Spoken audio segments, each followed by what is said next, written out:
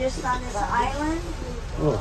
That's about as many per capita per person. You can find a bar. There's one there. There's the totem park. There's all kinds of bars here. But you are on an island. This is called Revilla Island. It runs from north to south.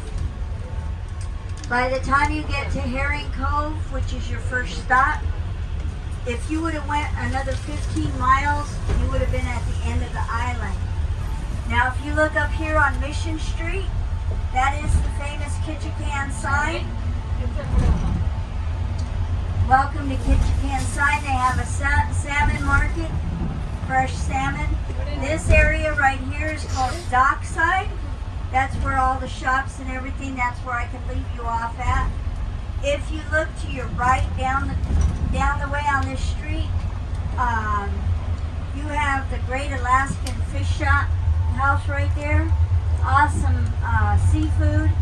You also have a seat right there by the harbor where you could do people watching.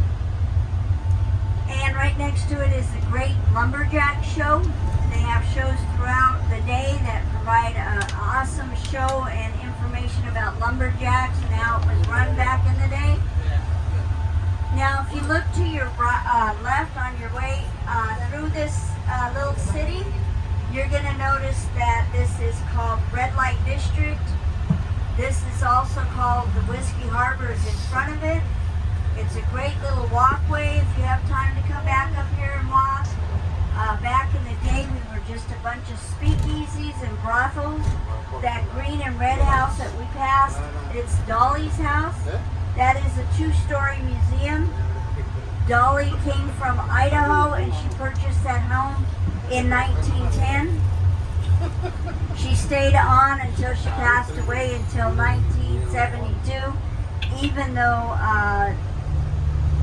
prostitution was abolished in 1954.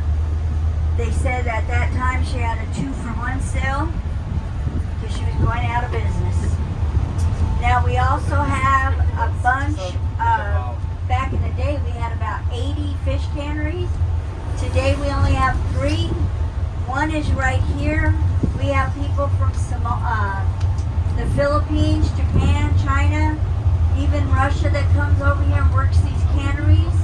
They house them right here in these little apartments, so to speak. And they do work 16 hours a day, 6 days a week. They work really hard while they're here, and then they go back and they probably live a comfortable lifestyle until they come back and